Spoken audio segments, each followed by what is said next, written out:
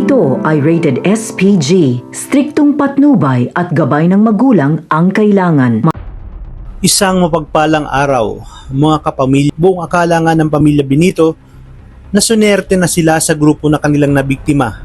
Yung pala ay malalagay pa sa peligro ang buhay ng isa sa kanilang kapamilya. Kaya ang ending nito ay lalong lalaki ang kanilang problema at magkakasisihan.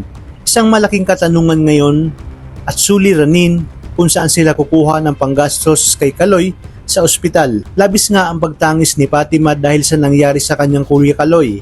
Kaya namang gagawin niya umano ang lahat para matustusan ang pagpapa-ospital at operasyon para mailigtas ang kanyang Kuya Kaloy.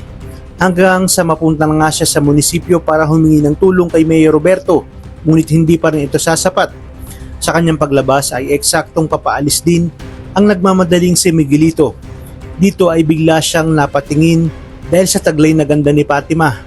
Kaya namang gagawa siya ng paraan para mapasa kanya ito. Napag-alaman niya na nangangailangan si Fatima ng malaking halaga ng pera para sa kapatid nito. Kung kaya't nag-alok siya ng tulong at syempre hindi siya makakapayag na walang kapalit. At dahil naibigay na ang pera ay wala nang pamimilian pa si Fatima. Kasama siya kay Miguelito sa isang eksklusibong hotel at lahat ng sasabihin ni Miguelito ay kanyang susundin. Dito nga ay napaluha na lang siya habang tinatanggal ang saplot sa kanyang katawan.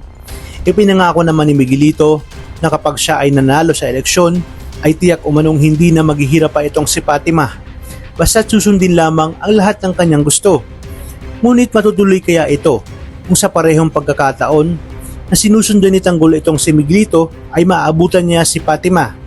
Si Tanggol kaya ang tutulong sa dalaga upang hindi maituloy ni Miguelito ang kanyang masamang balak.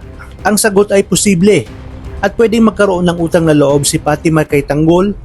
Mas pipiliin niya nga si Tanggol dahil malalaman ni Fatima na galing din sa makapangyarihang pamilya itong si Tanggol. Kung kaya't mas lalong titindi ang hidwaan sa pagitan ni Tanggol at Miguelito.